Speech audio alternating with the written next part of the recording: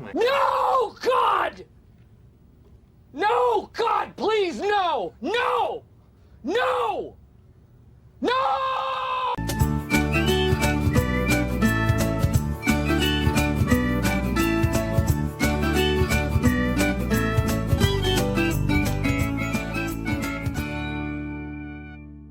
Welcome to Silly Whales. That sounded really good. I felt like that sounded strong. I don't know why, okay? I don't know why. It did. I just felt like, I think the breathe in really got it all in. I've ruined the whole moment now. I should have just kept going.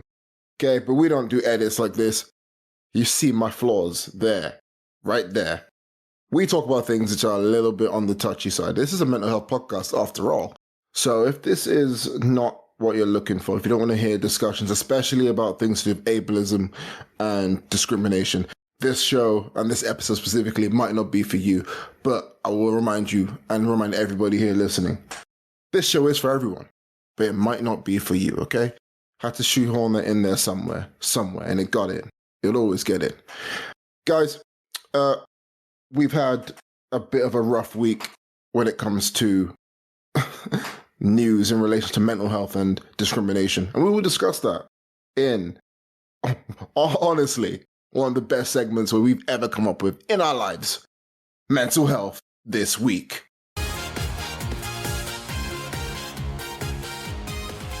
Welcome to Mental Health This Week. We discuss topics in the world of mental health this week. We're going to start off with Donald Trump being a twat, a cunt, a piece of shit. Pretty much being the fascist that he is. To cut what could be an excruciatingly long and painful story short, I'm going to summarize the events of what happened over the past couple of days. There was a collision between a helicopter and a plane, and this happened right near Reagan National Airport in the United States. Everybody died. So 6-7 people on the passenger jet died, and as well as, 4 people as well in the helicopter also passed away.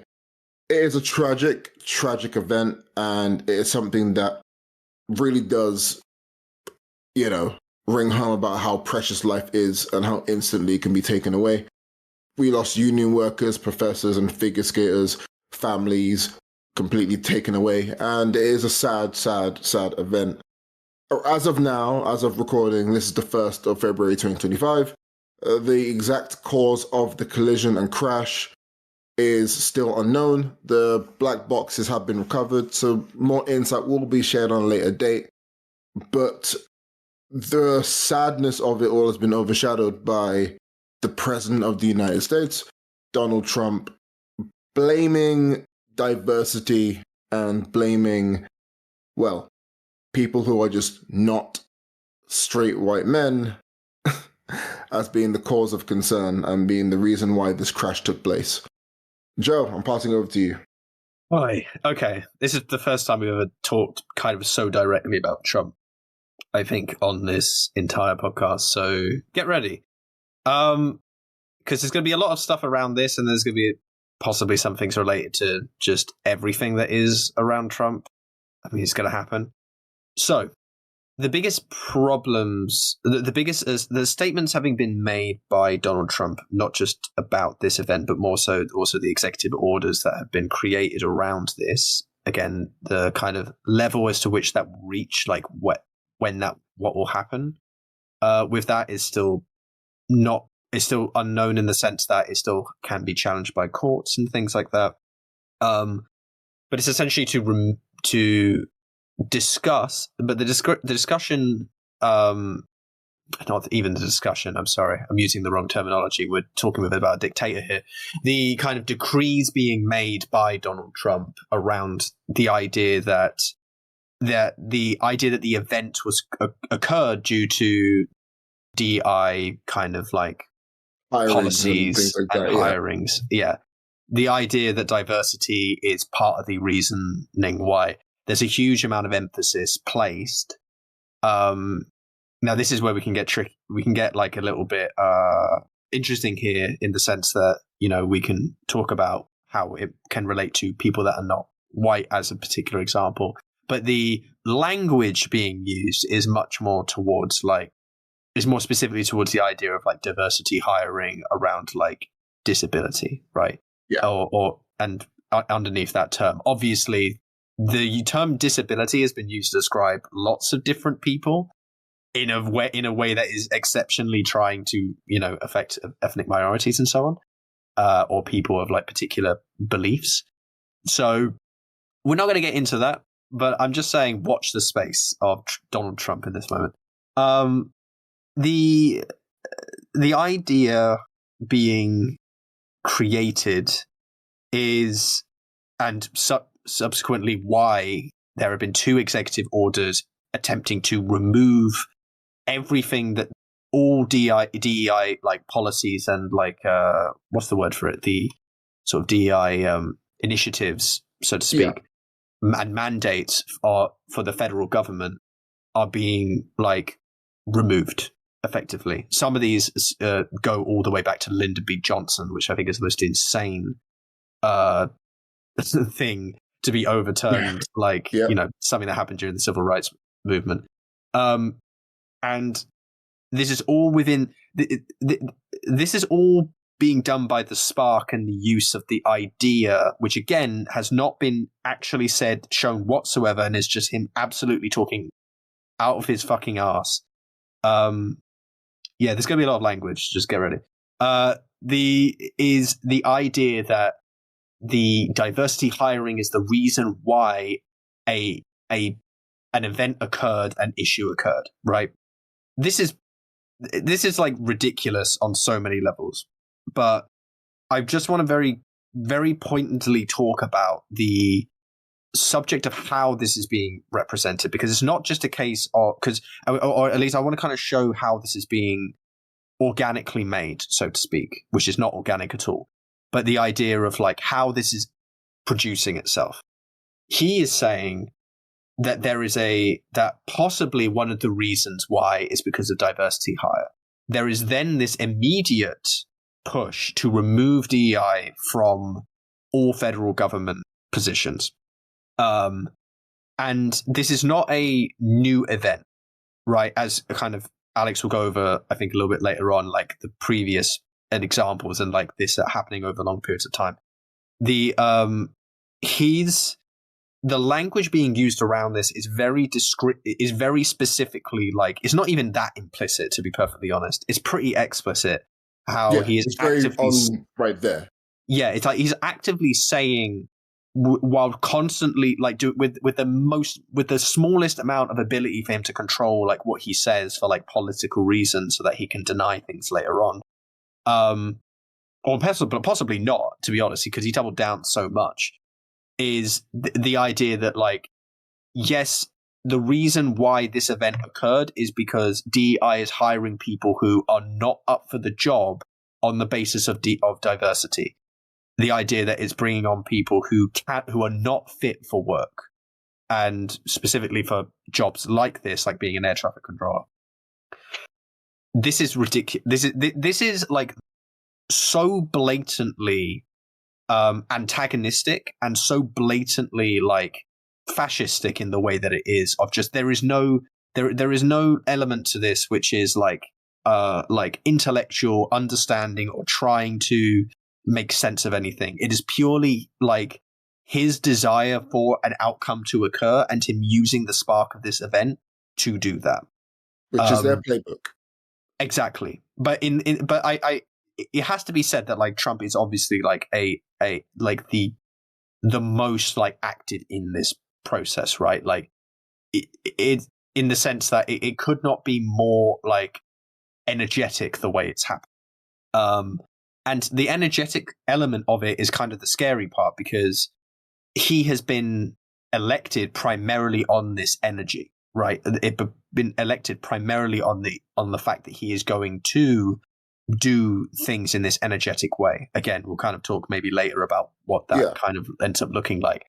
But the thought process, and this kind of like echoes out of, we're going to like, this is a thing that and again, he's not saying like this may have been the case. Not really. He's saying what he thinks is the case. He thinks that this is how it is, and he's using and he says he thinks this is how it is in this case because his opinion is that diversity hiring is just demonstrably bad, and clearly he thinks that it's because you're getting worse workers, that you're getting worse people, less people, people who are less fit. And is clearly has an ableist and racist stance within it. There is also the fact that there has been a consistent push within the language to reduce down everything, reduce down complicated, difficult things to kind of mythological simplicity in order to describe things as being common sense.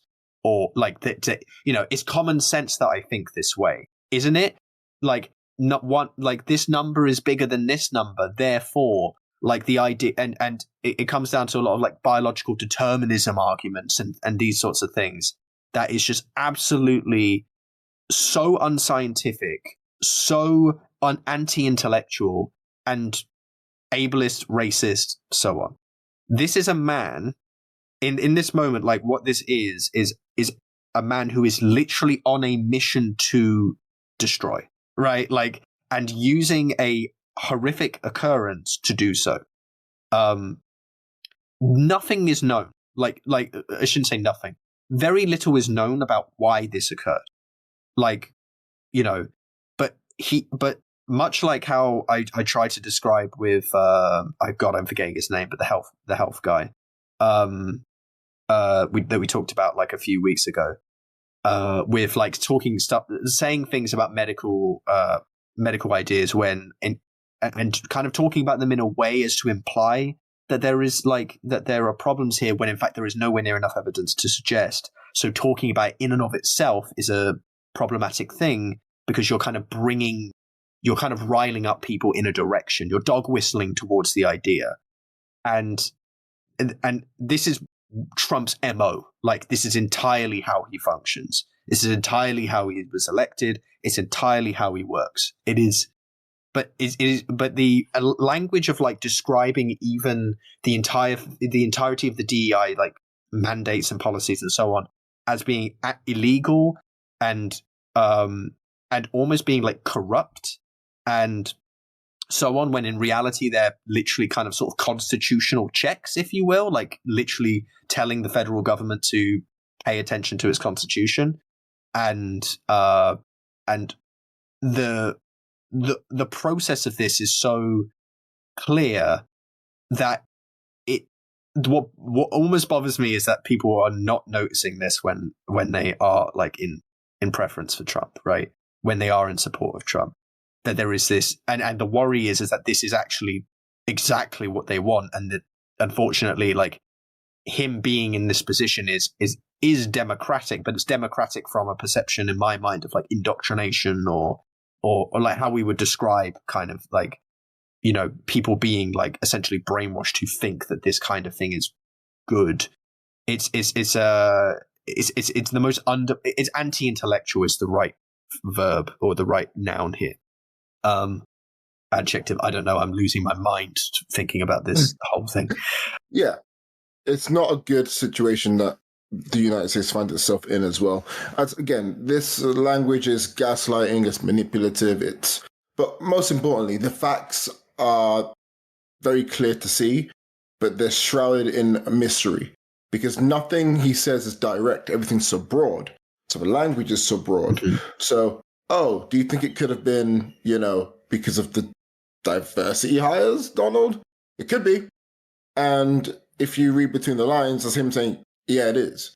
And then he goes on to state, Pete Buttigieg, I can never pronounce his name, was in charge of it, and it was a disaster. He was terrible. And he hints at the fact that Pete is a gay man. He goes, well, look, he focused too much on diversity. Did he really? No, he didn't. The same mandates and the same bills that Donald Trump signed through are the same ones that are in place now. He signed half of these bills. He put these things through himself.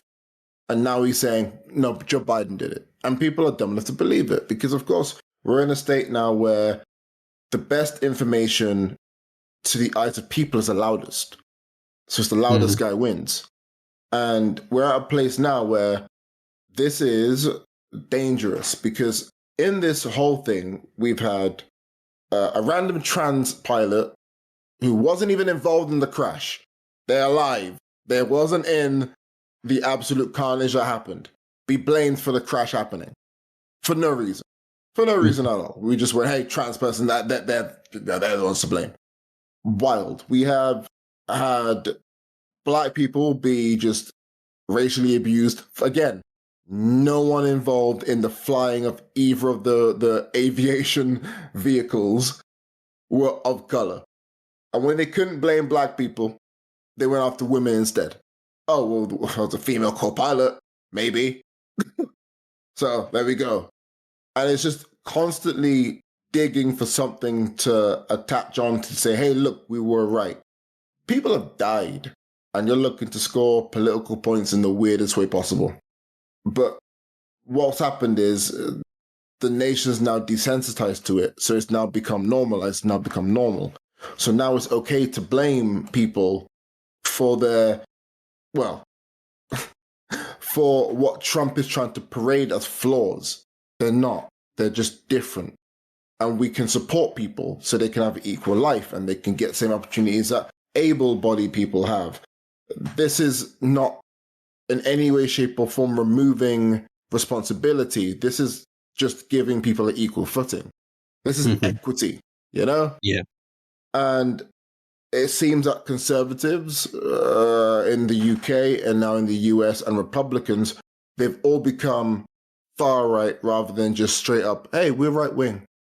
We like to keep money. No, now it's, we are fascist light. We are defending the worst peoples of society. You know, this is what it's come to. So, you know, Trump's comments on disability goes back to 2019. Of course, the viral clip of him taking the piss out of a disabled reporter, you know, flailing his hands about like a fucking moron. These are the things that he does, and people cheered and they clapped for it. Then, of course, you know, he questioned the ethnicity of both Barack Obama and Kamala Harris. This is a guy who said that in the riots all happening, the clear far-right Nazis had good people. This is what happens when we normalize hatred, and that's what's happening now. So when we talk about the fact that Trump's comments are scary, well, look at it this way. Reasonable adjustments are made to support people. The 4-day work week is proven to work in thousands of studies now from different countries, be it Norway, who are one of the pioneers, I believe, of it, to Sweden, to Germany, and the countries that are taking the longest to adopt it, the UK and the US. The idea of working from home is normalized in hundreds of countries. In the US, in the UK, there's always a pushback from the same people. The people who have money like nobody's business. And the reason why we do things like we work from home or we have adjustments to our work schedule is because it makes work accessible for everybody. So maybe people who struggle to travel, oh, look at that. Guess what? They're still an asset to the company. So maybe they travel to the office 3 days a week and they work 2 days at home. In America now, this was how it was working. Administrators for federal offices, they didn't need to be in their offices every single day. But oh no, Trump's billionaire friends, they own these offices, so there has to be people in them. Or they're just sitting there rotting. So guess what? That goes against what we need. So everybody's was given a choice. You can either take a severance package and fuck off, or you come back and you work 5 days a week. This is what America is. This is what the UK is going to end up falling towards if actions aren't taken to defeat people like Reform and the far rights of the Conservative Party. This is like, if you guys are wondering, hey, why are we going to talk about America so much? But like, in a way, we're a parody of them. we end up following them and going down the same route as them as well. Like, it's dangerous. So this tragedy that happened here is now been used as a dog whistle. And it's all very, very baseless, but people are buying into it and saying, yeah, the reason why the plane crashed is something to do with people who just aren't like us. I know where you laugh. Yeah, I know I laugh too. Then predators move in flocks. The most, I think, the most damaging thing about this, God, actually, I don't even know. Like, there are so many damaging elements to this, but I just want to quickly go over like how, because I don't know we don't really know any of the. Well, actually, we do know some people who listen to this, but we don't know like the kinds of people who listen to our stuff. We can imagine certain demographics might be more likely to, or whatever. But I just want to point out how utterly political this all is, and how utterly like undemocratic it all is, like unconstitutional. So much of this is, right. The attempt by Trump, the desire for what Trump is why Trump is here, right? Trump is a problematic person, but Trump is very much a symptom of a problem that already exists, which is huge amounts of ignorance around subjects, which is being very fundamentally being very fundamental conservative in terms of their thought process of both how things work, what is real, like the value of people, like lots of different things, traditional notions. And he's really like, okay, if we're talking like from a historical perspective, if you actually start digging into history of things, none of this stuff is like, none of this stuff just happens sort of kind of like, ooh, by accident. Like, the same people who, this could almost be talked about like with like this, with like, like the racist statues in America, for example, and like, oh, why do they exist? Like the ones of the, in the South, and it's like, oh, those were literally made by like groups who were like after Jim Crow law, who wanted to like make black people feel like they couldn't be in certain spaces by having statues built there, right, of these individuals as a way of like, I don't know, protecting sort of Southern culture or whatever it was. Like these like, like literally people associated with the KKK and so on. This is after any point at which like it would be reasonable to kind of build these and so on. Literally, this has been done actively, right? And so much of this is very active. It feels sometimes like people are kind of bumbling around, which is true. This does happen. But there is also a lot of active progress to try and make this shit happen. So as much as Trump is both a symptom and an active participant, right? There is this incredible lack of understanding and this incredible like cognitive dissonance whereby the desire for like smaller government is also the desire for like a fascist dictator / absolute monarchist, right? Absolute monarchy to exist, where there are less checks, as we have literally described him actively going against like things that check the government themselves, having been described by him and Elon Musk as being government waste. And again, using this kind of terminology to like actively try and push, like, rather than describing what it is and describing like, hey, like you could easily do like all of the evil shit using like language which is less emotive, right? You know what I mean? Like you can do that. But this is actively a style choice, a kind of popularist style choice in order to try to get people to feel like, to get the emotions out of people that they want to elicit, rather than actually engaging in anything beyond that, rather than trying to engage even on like, when I say intellectual, I don't just mean like, I don't just mean like kind of the idea of the liberal elite or whatever. No, I mean like intellectual in all concepts, whether you're in a church, whether you're in secular church, whether you're in a school, whether you're in a workplace, like any kind of conversation that can happen to try and better things, like that, like in discussion and understanding, that is completely out the window. Like it's just not there. This is like far beyond that. And the idea that like within like the Associate Press interview, like he literally is describing like having like that we should be having superior people in these positions, right? He's using terminology to actively describe one person as being superior to another, but he's not describing it as in them being like, but he's not describing it as if like, you know, the person who is better, or sorry, I should be clear. The implication is that the reason that they're superior is because they are more fit for the job, but like people who are more fit for jobs are being like removed for the purposes of diversity, right? For the purposes of diversity, we're going to choose someone who's actively worse than someone else, which, by the way, like looking at the stats and percentages and all of that, like the stats are not that different between different periods of time and so on. Not to mention, by the way, there have very recently been quite a few airplane stuff recently. Like, it's a very unfortunate reality. But like there was the one in Korea, there was the one, there's obviously the one now, there was the one with the Boeing plane. There's been a lot of stuff recently. I'm not quite sure why that is. Like, hopefully there's a lot more investigation into all of this. But generally speaking, like, there is a reason why air flight travel is one of the safest normally.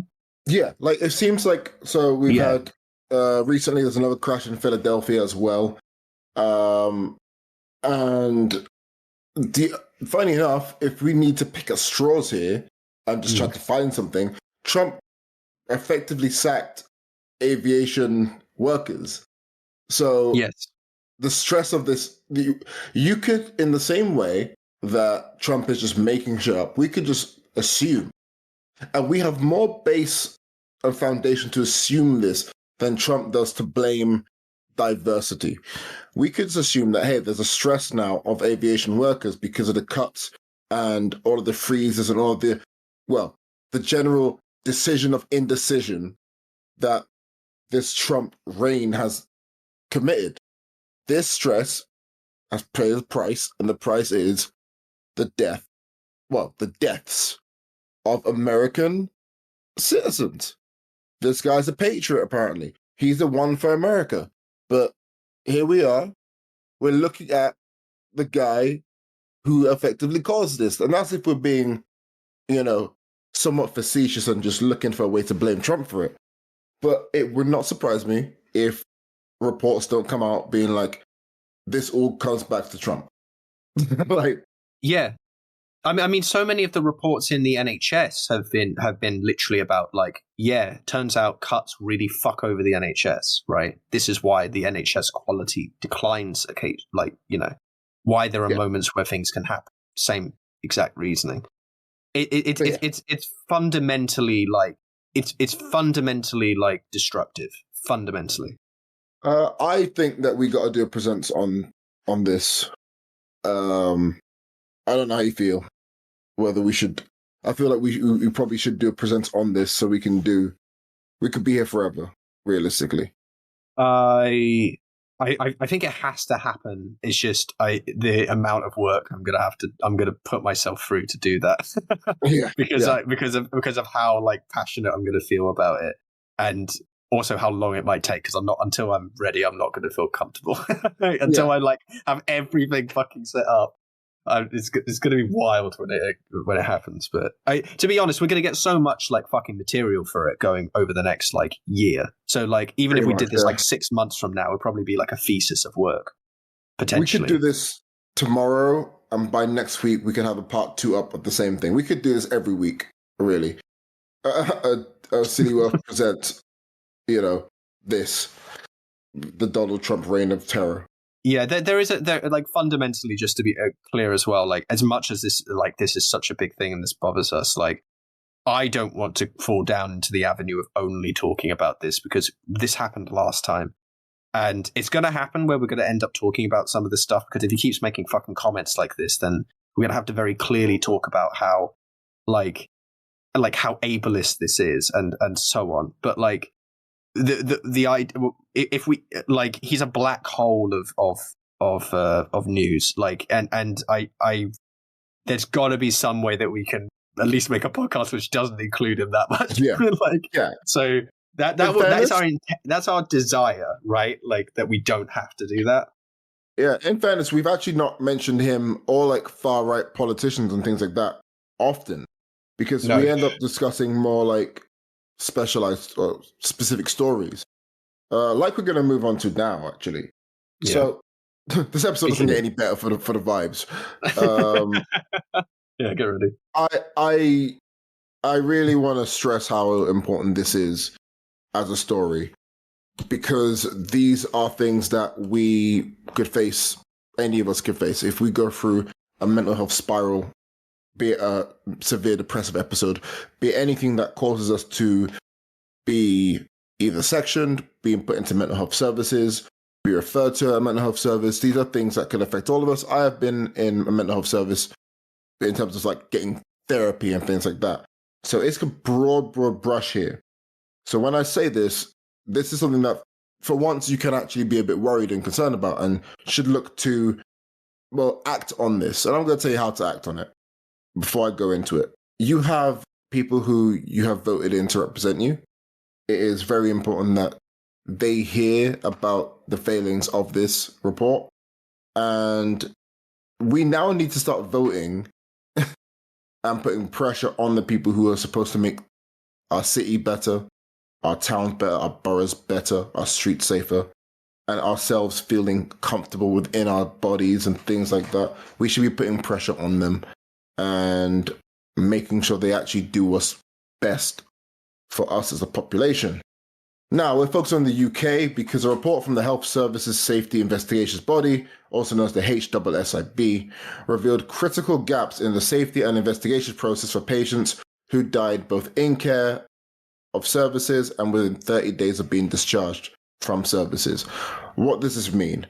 Well, to summarize, if you are in any sort of mental health care facility, for example, there is a high chance that there's no plan in terms of your release back into day-to-day life, which means that the transition that you go through from being in a center with a very strict regimented schedule to being thrown out back into the world and expected to go Tesco and get yourself a meal deal, things like that. The transition between that doesn't exist, which then causes poor patient outcomes. Now, this report has highlighted hundreds of different failings in terms of people not being listened to there being, well, a clear oversight. For example, I'm going to read straight from the report. It's actually quite scary when you think about it, because I've been in this system and I've had to deal with a complaint system as well. So families often feel excluded from care processes, with their concerns about safety planning and risk mitigation often overlooked, which complicates their ability to help keep their family members safe. So effectively, families are being let down to the point where they can't even support their loved ones effectively, and that is what they want to do. So if you want to help, say you have someone with a severe mental health condition, be it schizophrenia, you want to be able to help them transition into actual day-to-day life again, and you're not even able to help them do that. You're not asking for them to do it for you. You want to take control, but you're not able to because they have decided, whichever the mental health services you're in have decided, nah, you don't need that. Many families feel marginalized and excluded from the investigation process, experiencing investigation processes as a tick box exercise, and without a culture of transparency, learning, and accountability. Once again, we're just doing things painting by numbers, so we're not looking to get better. And there is no national system to track and ensure the implementation of investigation recommendations, resulting in a limited strategic oversight of patient safety investigations and a lack of structured learning for improvement, which means there is no system in which we can actually look at ourselves and go, we can do better here. It is effectively like what we have in the world of football. in the Premier League. Oh, we've investigated the referee's poor decisions, and we investigated ourselves, and we've realized that we've done nothing wrong. Yes, I'm using football as a way to describe this. Why? Humor helps. The reason why this is scary is because the NHS has been cited for multiple failings in regards to mental health treatment. And every single time we have to vote in elections, we have been promised improvements. We've been promised better standards. We've been promised better care. And now we have a damning report that says we have been let down once again. Now, this also comes at the back of the news that the government has slashed their targets in terms of mental health, which is sad. So the proposed targets that they have, they've slashed it and say, hey, we don't really have any targets anymore. This screams, well, this is just alarm bells. And it's sad that the only time that there's any sort of reflection is when somebody dies after being in care. And even that, there's no time to even look at it. It's on to the next patient. Mm-hmm. Another thing from the report is gaps were identified in discharge planning, crisis service accessibility, and community therapy provision, and staff skilled in mental health, resulting in people being left in unsafe situations where they may self-harm. There's also significant variability in therapeutic engagement and a lack of personalized care, which has left some patients feeling hopeless and disconnected. Now, I might be wrong on this. Maybe I'm looking at this from a more aesthetically pleasing viewpoint in my mind. But I feel like you go into an inpatient healthcare service, you are already disconnected and you're already feeling hopeless. And the idea is that you leave there feeling connected and feeling hopeful. The idea that people have entered services or are part of services now and they leave it feeling the same, if not worse, than when they originally became a part of a program, be it therapy, be it as an inpatient, it's alarming. Because I get it, there's hundreds of different ways we can engage with mental health services. But the fact that we have now come to a point in which there's been multiple failings, I don't know where the change is. I don't know why exactly we're not making any progress here. But it seems that we are in a state of going backwards in terms of care. 100%. And this always comes down to, well, we can blame conservatives here. We can. Of course we can. We can also look at even pointing the finger at Labour as well, as they are right now in power and they have the power to change these things. So the question now is whether they will make those changes.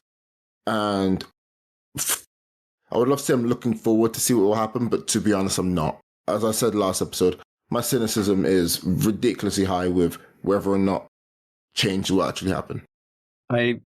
I have, just due to connections, I have quite a lot of knowledge, anecdotal knowledge of the kinds of schemes and things being made as a result of the NHS being gouged to death, right?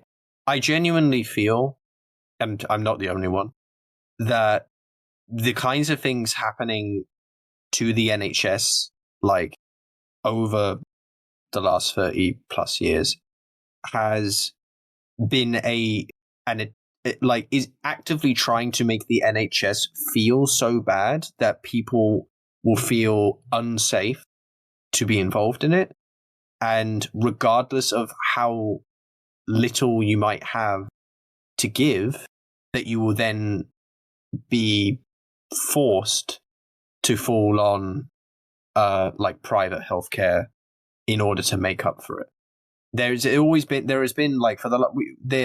for the last, I can't remember when exactly this was kind of spoken about, but like discussions about increasing like the private sector, for example, and leaning more in the private sector has been a discussion point for quite a while now.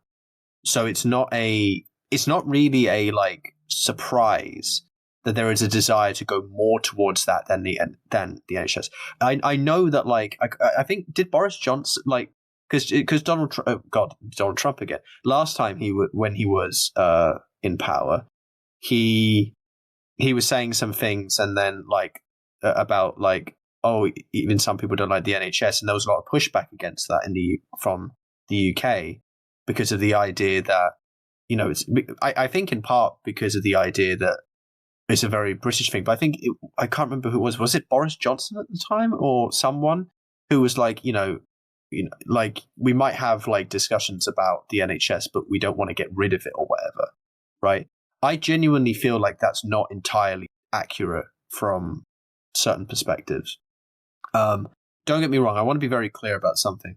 I'm not trying to make a claim that certainly within like mental health and the way it's treated, that it has.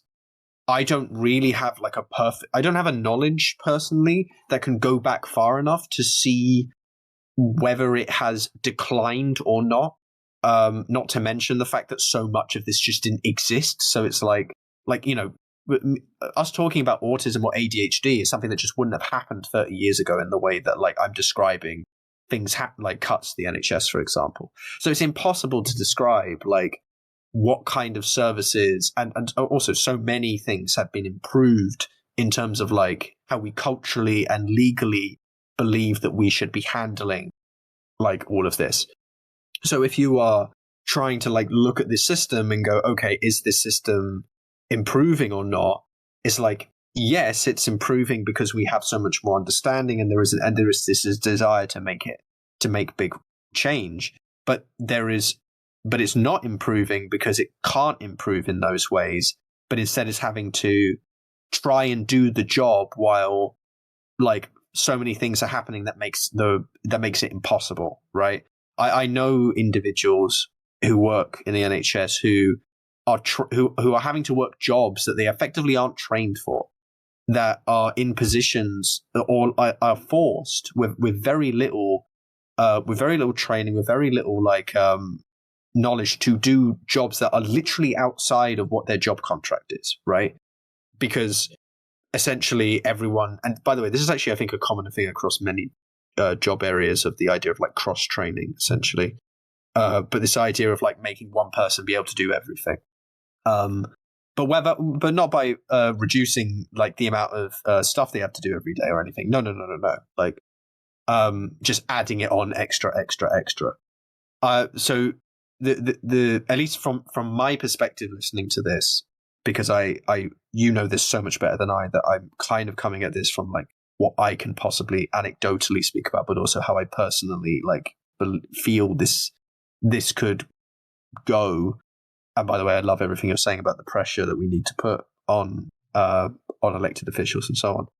Is that this report like speaking to like a doom clock that is already counting down, or is this report speaking to like the impetus for important reform, right? And it's kind of it's kind of in that weird area where we don't know where we are. Like we can't say, oh, like we're just before the point, because are we already on the downslope for the system not being able to support itself because it's not being allowed to, right? I don't know where in the like, and what I mean by that, to be very clear, just so I'm not misunderstood, that the system cannot do what it's being asked or expected to do, so it becomes impossible for people to trust it. So if people don't trust it, it doesn't get supported by people,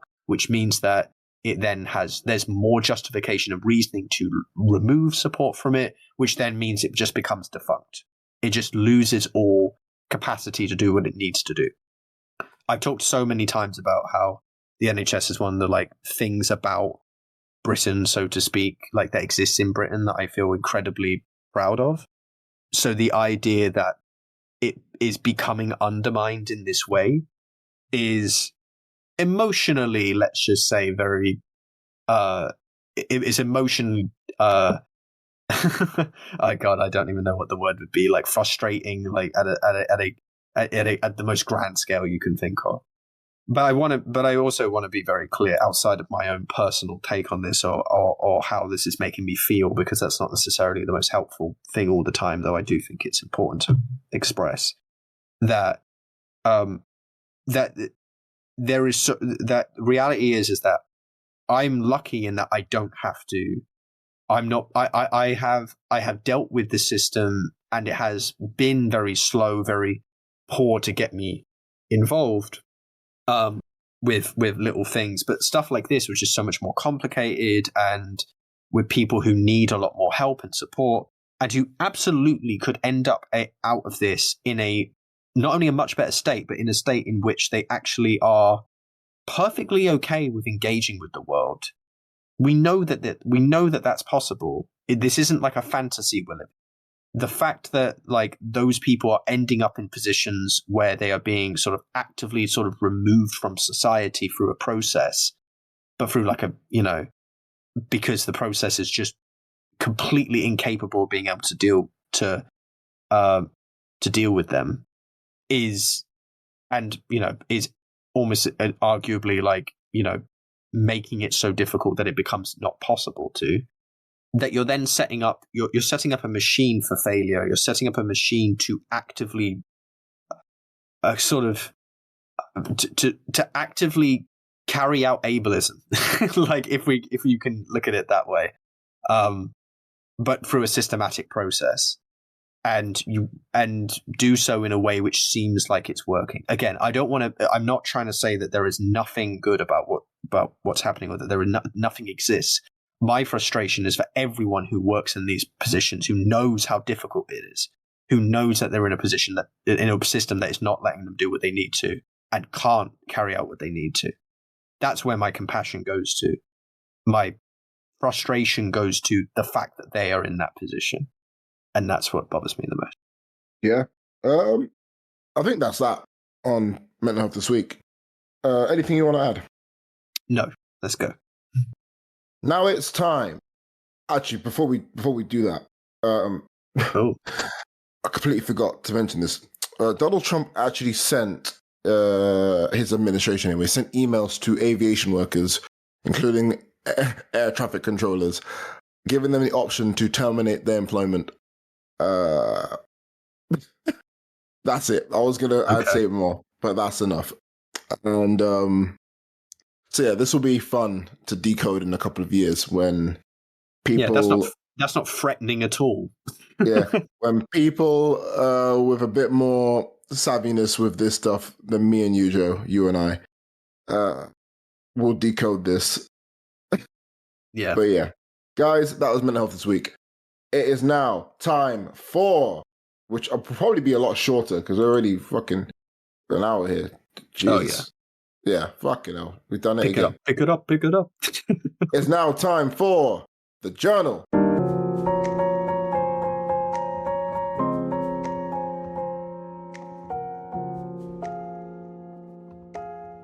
It's time for the journal. We're going to talk about our lives and all that stuff. Yeah, Joe, hit me with it. It's suddenly got very Scar vibes going on. I just can't get it out of my head. Okay, so this is actually partly a kind of addition on the recommendation I made last week, which was Alex O'Connor, the Within Reason podcast. So I started actually listening to it on Spotify.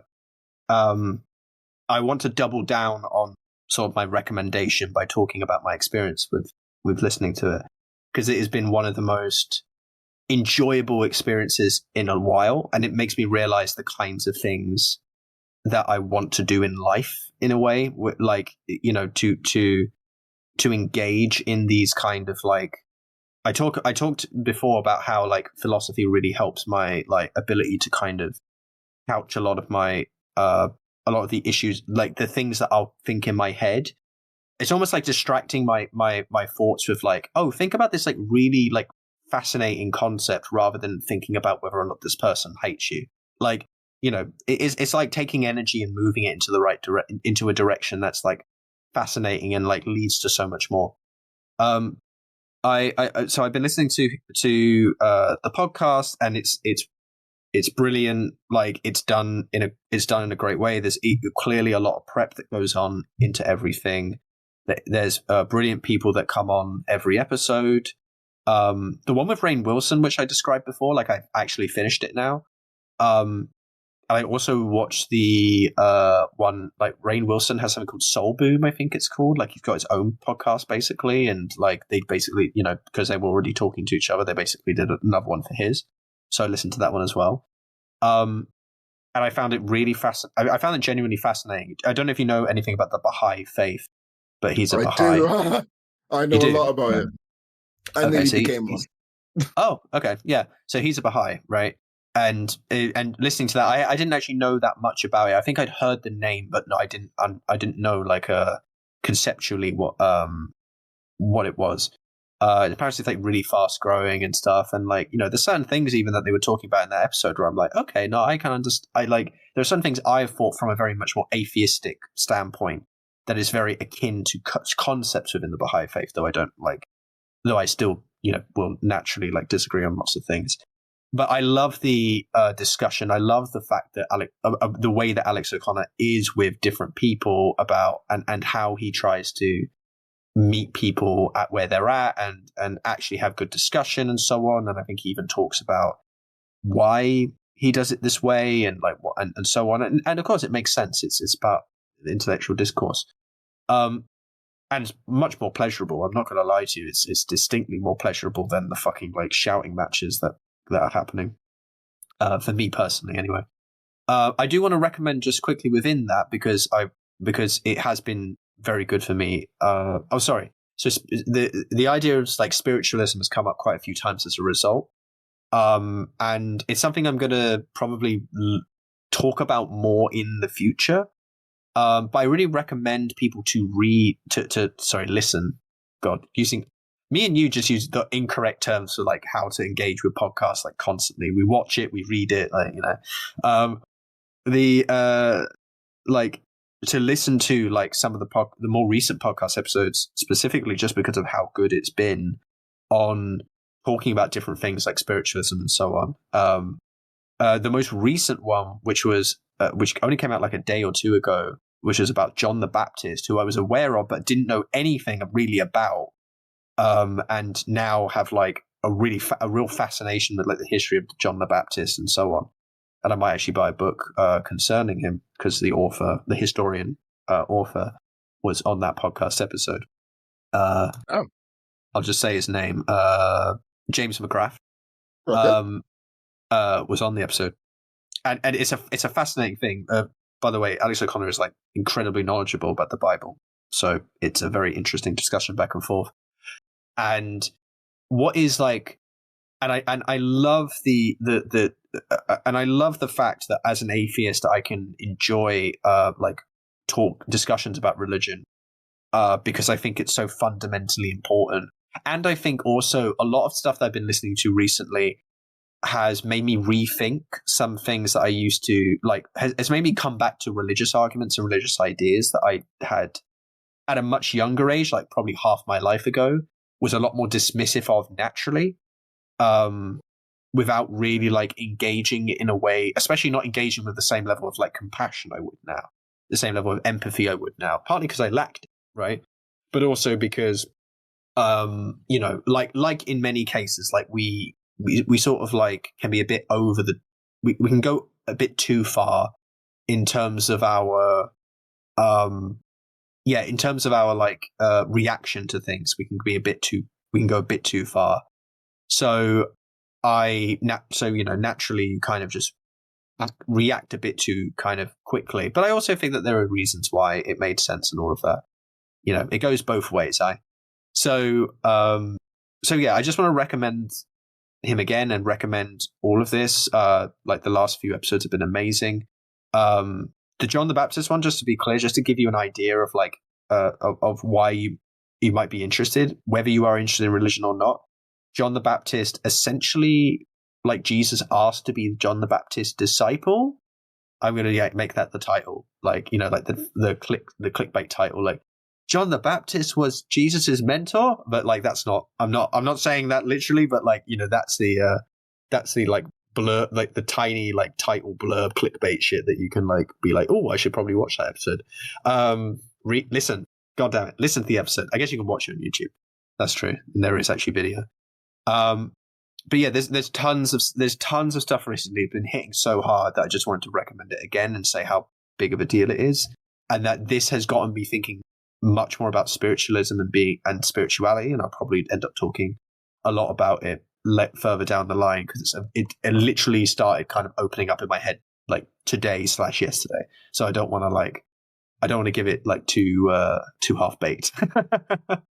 How much is this nigga paying you?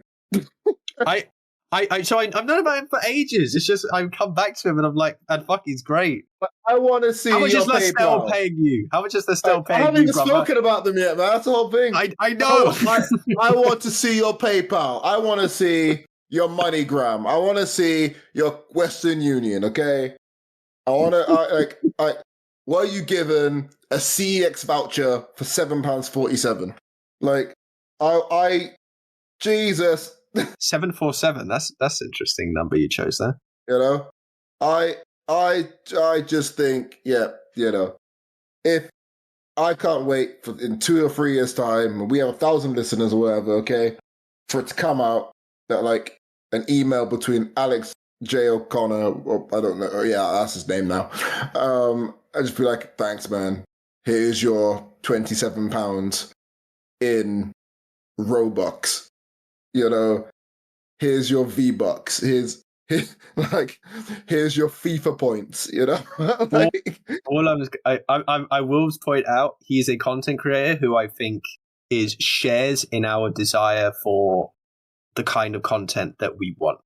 So I think, if anything, he is probably he's a peer, I would say. Though I think we're far less. If we ever work with him in any way, shape, or form, I'm going to rinse the pair of you together. Great. For this. Great. That's something that, you know, will probably never happen. But hey, if it does, sure. Here we are. Yeah, I went to see Lastel again. See, look at that. Like, Joe spoiling that. I went to a gig in East Central London, and it was fun. It was a task because the band I went to see were in a concert at a party style event thing with like 3 floors of different music. Ghost of Atlantis was also there. They were on one floor, I think, and then Leicester was on the other. And I was running late and I thought I was going to miss them playing my favorite song, Pine, from the album, EP Exist. As I walked in, they had just started singing it. It was great. Perfect timing. I love it. We live and we pray for times like this. They're really good. It's a lot of fun. I don't even need to recommend them. I've already recommended them. But this is the journal, not recommendation station. So yeah, it was really good. I was meant to go with one of my friends, but he had got COVID. So I went by myself. And I actually spoke to people and things like that. It was interesting. It was very interesting. That is my crowd at some points of my life. That emo style crowd is my crowd. And then at other points, it's the complete opposite of who I feel like. So it just as and when. But I definitely think that my hearing's fucked, my voice is fucked, and everything else is fact. But I had a good time. I have a good time. And I'm glad. You know, that's it. You know? Can't wait for Lestel in a few years to send us a PayPal. It doesn't quite work the same, innit? I didn't even tell people to go and listen to it. I did that. I opened the show with that. Like, they've already invoiced me for that. They only paid me for like a 30-second spot. Alex J. O'Connor has like billed you for multiple slots. Oh, is that how it works? Okay. Yeah. I see. Because anytime you bring up spiritualism, you're going to like reference the show and be like, my good friend Alex J. O'Connor. So, it's a good friend now, is it? Oh no, to be honest, like the spiritual side, like will be a kind of personal journey after this point. Like I'm not going to be referencing the within reason over and over again. It's going to be like the Manscaped thing, right? It's going to be like, hey, this episode is brought to you by Alex J. O'Connor. Oh, is it now? Okay. Okay. But yeah, it is time for Choo-Choo Recommendation Station. I am going to go first because I went Lastel. 10p for the PayPal. I'm going to recommend a Tiny Desk concert because I am a middle-class white girl who thinks that she's cultured. Doechii. Doechii's Tiny Desk. It's fucking superb. I don't really categorize people say, oh, she's like the best like female rapper. I just think she's one of the best rappers, full stop. I ain't got time to categorize between genders and sexes and all that shit, man. If you're good at rapping, you're good at rapping. Have fun. Be at it, okay? I absolutely love her work. Love the personality. Love the character that she brings to the stage. And the Tiny Desk concert provides all of that in a really intimate setting. And the musicians are all women of color. I'm pretty confident they're all women of color.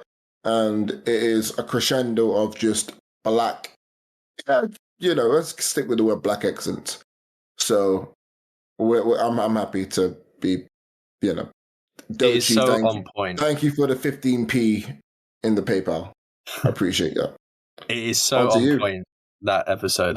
Like just even listening to part of it, it's so well done, and I'm a big fan, and I need to listen to more Little Tiny Desk. In a completely like different region of like media, there's an anime that's come out called Orb on the Movements of the Earth. It's not the most catchy title in the world, I would admit.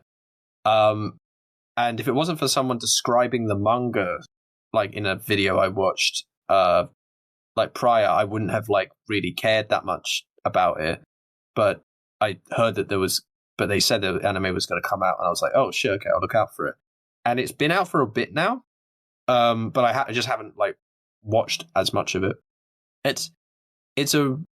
I really enjoy it, and I think other people should watch it. There's so many things I can't say about the show.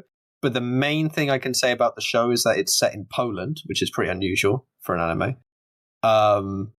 It's also set in like, actually, I'm struggling for the time frame, weirdly enough, but a high medieval period where like we're learning, but like where technology has gotten to a certain point and things like that, but there's very like strong Catholic influence and so on. And it's about the birth of heliocentrism, or not the birth of heliocentrism, but the desire to understand the heliocentrist theory being like kind of developed, right? By the idea of the sun being at the center of the earth, as opposed to the geocentric view that had been sort of ordained as the only it's the only model for the universe. And it's fascinating. It's incredibly dark. So if you like, it's incredibly dark and incredibly scary. I actually very much to kind of the way that our podcast opens, like it might not be for you. Like I could definitely say that. I think most of the time it's fine, but like there are quite a few moments where it does not stray from like really like savage shit, so just keep that in mind. But it's very, very good. And yeah, there's really very little I can talk about it actually, because I will spoil shit. So yeah, Orb on the Movements of the Earth. Cool. With that being said, we're going to take 2 steps to the rear and get out of here. We're in the wind. See ya. Also done, yeah.